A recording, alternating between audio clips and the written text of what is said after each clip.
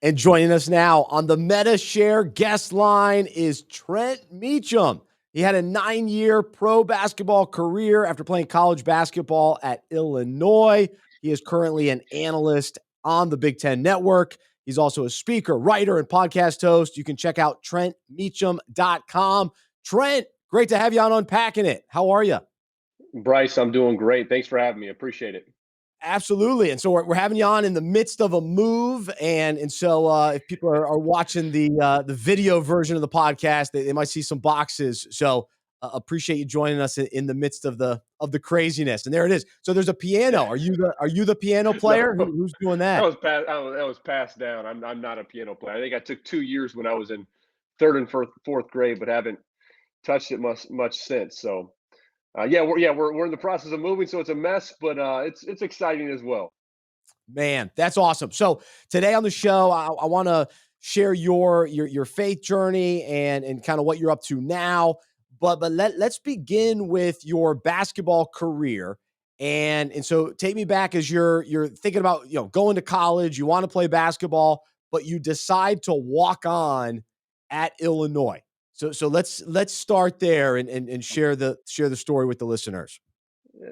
Yeah, basketball was always a huge part of my life. I played every sport growing up, just about, but for some reason I loved practice with that when it came to basketball. So I just loved working on my game and was fortunate. I actually went to the University of Dayton as a freshman and was on scholarship there and had a pretty good freshman year. And Dayton's a great program, very strong program, but just felt like there was an opportunity to live out a childhood dream. I'm from Champaign, Illinois, where the University of Illinois is.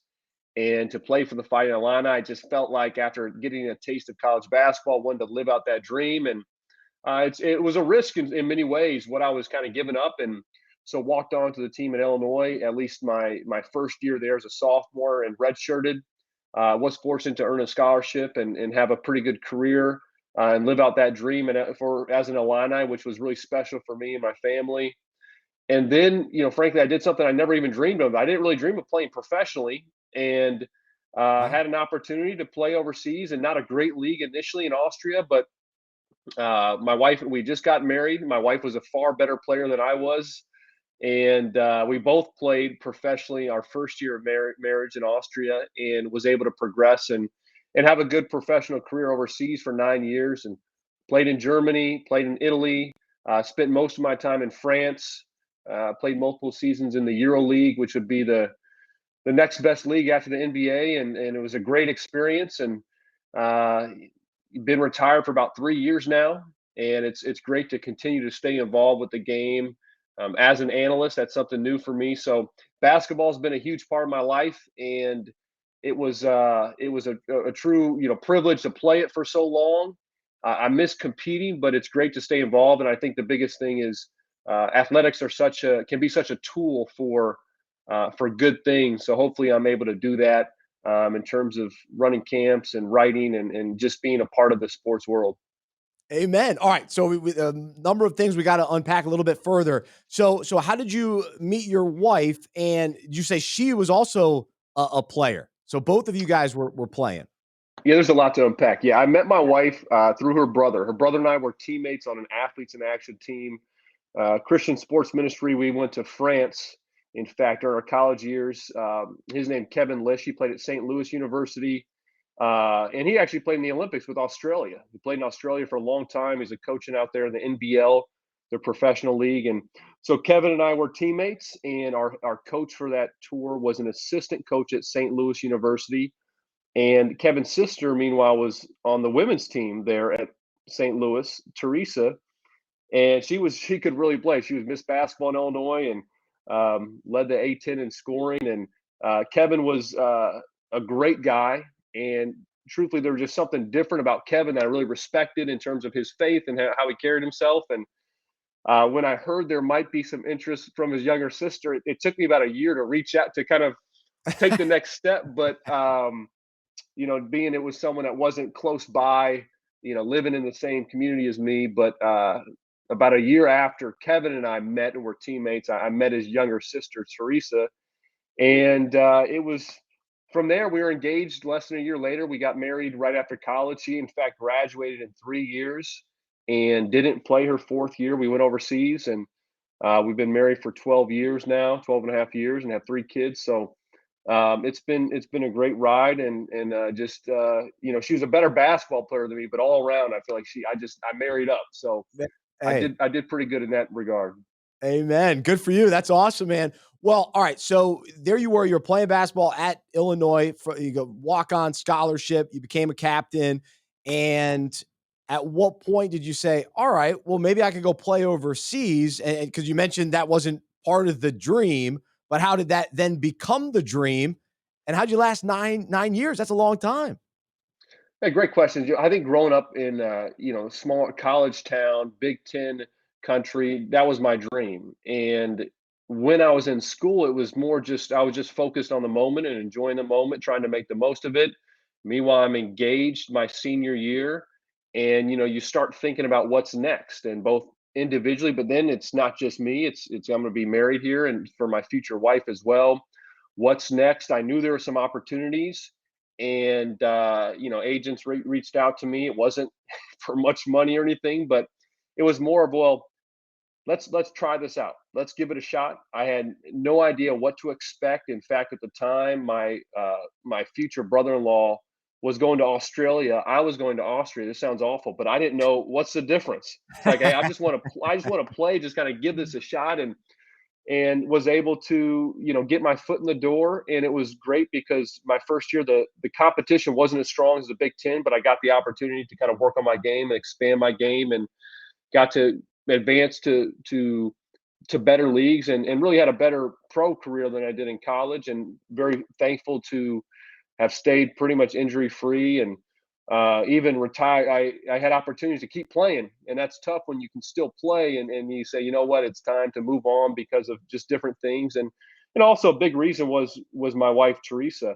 Uh, she was a great player, but we didn't talk basketball much. But she was far, I would say, mentally tougher than me. So I think her kind of I don't want to call it coaching, but just her support, her speaking life into me, her encouragement really helped my game blossom, and I think just become much uh, mentally stronger, more confident of a player and a leader.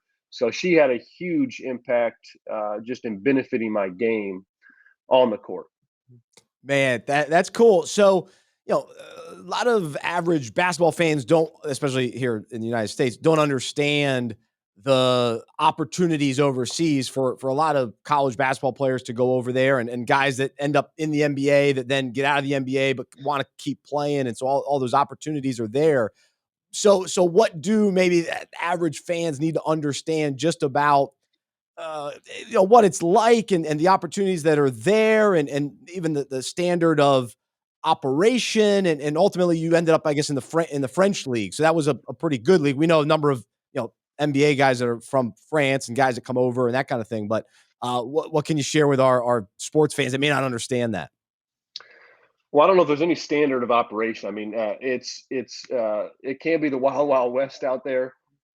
There's Yeah. so many different levels of play. So there's every country pretty much has a domestic league, and they might have one, two, three, four divisions, and there could be an American on that third or fourth division, and they're just paying their stay pretty much. And there's a wide range of anywhere from semi-pro to a very very high level where guys are making 7 figures plus a year. Now that's more of a rarity. Most guys aren't. I think maybe there's a conception that everybody's making great money like that. That's not the reality. But basketball is a world's game. I think more than any other sport. I think the NBA is the toughest league to get into. You can be an All-American college basketball player, and it's you're no shoe in for the NBA. And just No way. because it's if you look at last year, Nikola Jokic was the MVP. I think the top out of the top 5 vote getters, Steph Curry was the only American in that. Yeah. And so it's just it's Giannis, Luca. Yeah. yeah, Joel Embiid, yeah. Yeah. So the entire league is littered with guys from all over the world. Every continent, basketball is growing. I don't think you could say that for a lot of sports, especially some of the more uh, America's pastimes, and baseball and football. American football, they're not that big in a lot of parts of the world. But basketball it's growing everywhere. And I spent most of that time in Europe.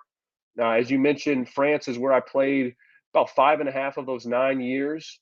Was fortunate to live in Paris, France for a few years, in Lyon, France. I played for Tony Parker owns a club in Lyon, and that's where I played for a couple years, and great experience. It was also just to continue playing ball was fantastic and play at a high level, but also to experience different cultures, meet different people. You know, when I reflect on my career, it's those experiences, those relationships which I value the most. And then for me, feeling very fortunate to do that with my wife and getting married, and literally 2 weeks later, we're off in a small town in Austria. We don't know anybody. We can't speak the language, and so that really forced us to grow close. And it's just a really special time. It probably took us a couple years to truthfully kind of get acclimated to I bet. appreciating some of the differences, but now I miss it, and just Ah. reflect with a lot of gratitude on those opportunities. Well, so ultimately, I mean, I guess you could have had the option to stay there, live there. What was that? You know, how do you say, all right, now it's time. We're going back home. Well, it's funny because I retired 3 times. All right, so now don't call me Brett Favre or Michael Jordan, okay? And some people joke about that, but I shouldn't be mentioned with those guys, so maybe I shouldn't even bring that up. But I retired 3 times, almost came back again, and some of that is basketball was never everything. I always Hmm. loved it, but there's a lot more to life than that. And thought after a few years I was going to be done, and kind of got a taste of some things. Some things didn't quite work out. Decided to go back and play professionally, and that's kind of when my pro career took off and really advanced in level of play.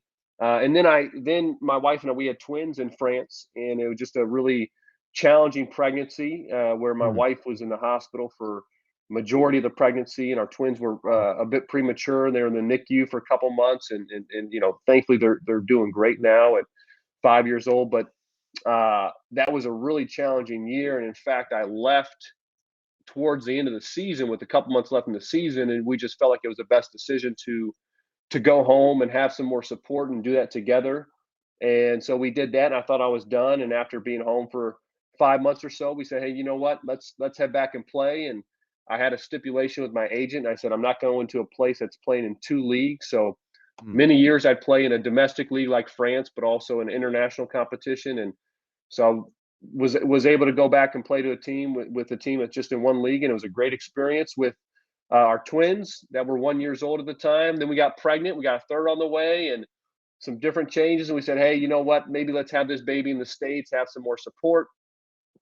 Did that, but then almost went back after a year being away from it. Had some opportunities and still kind of figuring out things away from the court, but ultimately decided to stay put here in the U.S. And we're back in my hometown in Champaign. My wife's from St. Louis, the St. Louis area, so not far.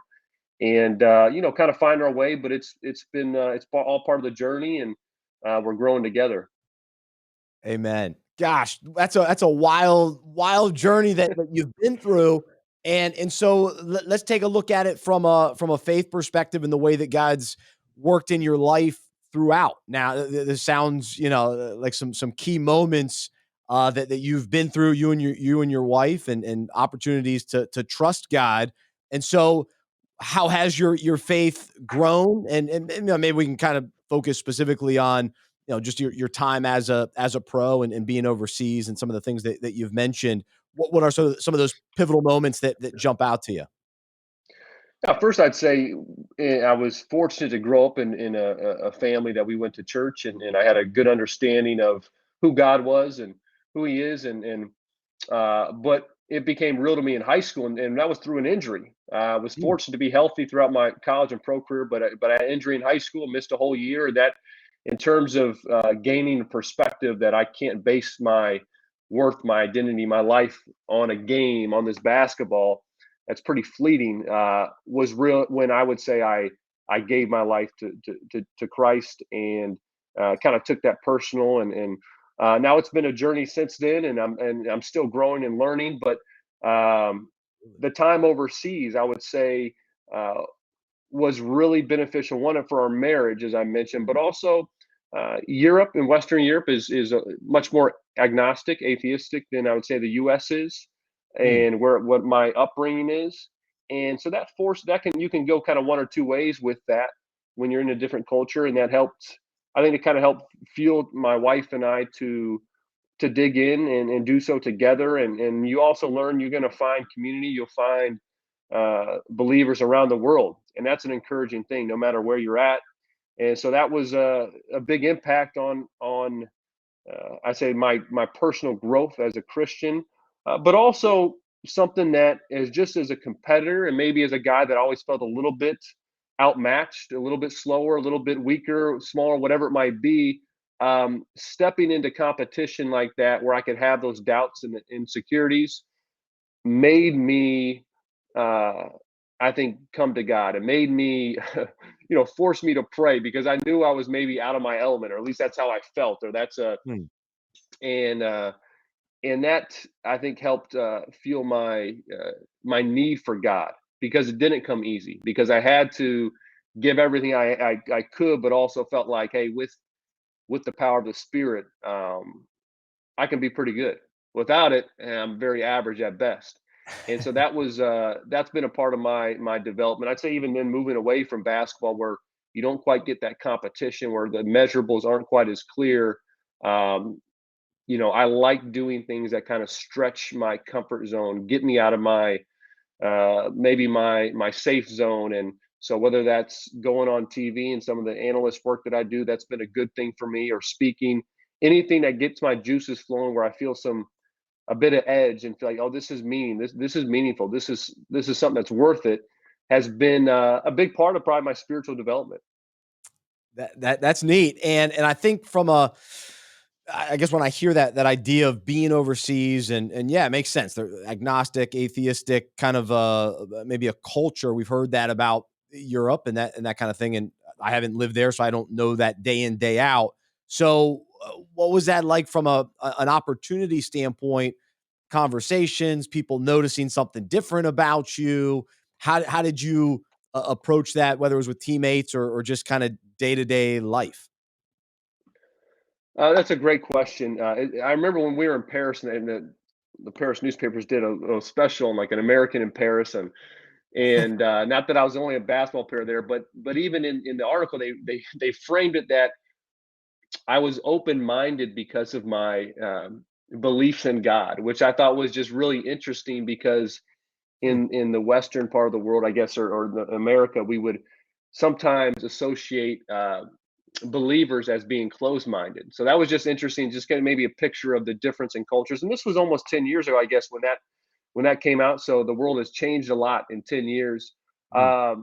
But being in different cultures, I had this growing up in basketball, but it was even increased in on some of these teams. Is I got athletes, or teammates that you grow close to, that grew up, they're Muslim.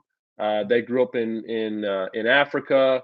They got a totally different upbringing than me. I got others from Eastern Europe that had zero spiritual influence at all on their lives. And you just get this mixture of different people. And I can't tell you how much I appreciate that. And hopefully, for me, I was never someone to uh, be extremely vocal, but I try to share.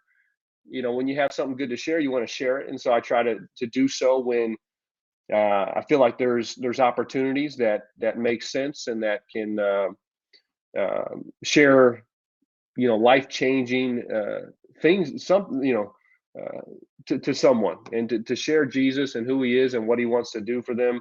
So hopefully that's something that I was able to do in the right moments, and something that I try to do and try to live out first and foremost, but also be willing to speak up when there's opportunities. And I think just being in different cultures has allowed me to understand how to read the room and navigate different situations, and hopefully have empathy and grace for different upbringings, but also live by my values, and um, you know be the man that God is. I feel like God has called me to be. Gosh, that's great, man. Because I think for me, growing up I'm in Charlotte, and so it's the Bible Belt, and so it's the Christian culture is just it's very evident. So to think about being in another culture like that, and you weren't necessarily there as a missionary, but you had those types of opportunities, I imagine. So I appreciate you sharing about that. Yeah, I So that's think a our whole life is we're all missionaries in something, right? We're all that's right. we may not have a business card, or we might not have a title as a pastor, but we're all whatever we do, we have an opportunity to worship God and give our very best and to be a light, and hopefully that shines through in our actions. And then there's opportunities to have conversations, and but hopefully that just exudes in what we do. And it's great that you have this microphone to help share that. Now, some people have different tools. It might not be a microphone, it might not be a basketball, but whatever we have, I think we have a platform, no matter who we are. And so, whether that's basketball, whether that's being on TV, or your podcast writing, it could be something very simple. But we all have things that hopefully we can share who God is and shine a light in this world, no matter what we're doing, where we're at. That's right. Amen. Well, good stuff. So I appreciate you sharing about that. And you've mentioned how you've now become an analyst, and so you're putting your playing time to use now to be able to share with viewers. And so you're doing this for the Big Ten Network, and you're doing games and studio. And so this is your first season doing it, right? So what's the experience been like? What's the learning curve? What's take us into the experience? It's been great. I saw you just had Matt Schumacher on. That's So right. he and I So did partner. he and I did a game. He and I did a game a few weeks back. Great guy. It's been a lot of fun. I never thought about doing any media. As a player, didn't necessarily love the spotlight in terms of the cameras and talking about it, but was able to have some opportunities to do some radio stuff the past couple of years, and just enjoyed staying close to the game, and wanting to improve in my craft as a communicator. And so it's a great way to do that. It's a great avenue for that. And it's been fun to be a part of the Big Ten Network, which, to be able to step into that, I feel like this is God doing that. I wasn't an All-American. Didn't have quite that resume as a player, but I know the game, and I think I can articulate what's going on. And so I'm just really enjoying that. And uh, I was hoping just to have a few opportunities, and it seemed like I got a few opportunities every week. So that's been great. It's something that I don't aspire to do full time. Hmm. The lifestyle of that, I think, would be really challenging for my family, and I don't think that I want to be gone that much. At least I don't want to. But to be able to stay involved and have some opportunities for a seasonal part of the year has been a blast. And so we'll see where it leads. But I hope it's a part of what I do for a number of years now, and hopefully I think most importantly, hopefully it helps me to grow as a person and a communicator. And we talk about having what tools do we have to be a light in this world, and hopefully that allows me to just analyze, even from with a perspective, a healthier perspective, with a godly perspective. And who knows what I can spin that into in the future, in terms of maybe it's not just sports I'm talking about, but there's some deeper and more important things that I can expand to as well. That's right. I can't wait to see how God uses that, and what other doors He opens up for you. And so, one of those things too, you've mentioned a little bit. You've taken the opportunity at different times to speak, and then you've got your website, TrentMeacham.com, where you write a newsletter, and I read a couple of them, and it's really cool stuff. And actually, one thing you wrote about, I'm going to hopefully write about myself as well, to piggyback on something you wrote about. But as far as what your approach is to sharing with people, and what are some of the maybe the themes that you're most passionate about, some of the kind of the lanes that you like to kind of speak on, write on, that are just your sweet spot. Yeah, I think that my newsletter basically started from, there's a lot of lessons I've learned in athletics, and how can I, for myself, learn how to use those in other parts of life, in business, in personal development, in relationships. And that's kind of how it started. And so I'd say I'm passionate about that. How can we use sports to grow in different areas? I think especially for young kids and their character, I think sports provide such a great platform to doing so. that's definitely a passion. Uh, I'd say what right now, just as a young father, and with my family, and seeing how challenging it is, in ways to be a dad, and to lead a family, and feel blessed with a great marriage, but that all these things require work, and um, and forgiveness at times, and just it's a continual process. So I think for me, what I'm passionate about and hope to um, grow personally for my own family, but also to help others, would be some type of family ministry, fatherhood ministry. I think so many kids unfortunately don't have fathers, or their dad might be in the picture, but he's not engaged at all. And I'm learning, and I'm messing up, and I'm not perfect at all, but that's something I'm very passionate about, and I think this world is crying out for. And I think you know, I think I think that's something that God has placed in my heart, and I think there's such a need for, especially for men, to step up as husbands and fathers. And so hopefully there's something I can do there, to not only help steward my own family along with my wife and my boys, but to help others as well. Absolutely. Keep doing it, because I'm a dad of two young girls, and so always need the encouragement, and knowing that other dads have gone or are going through similar challenges for sure.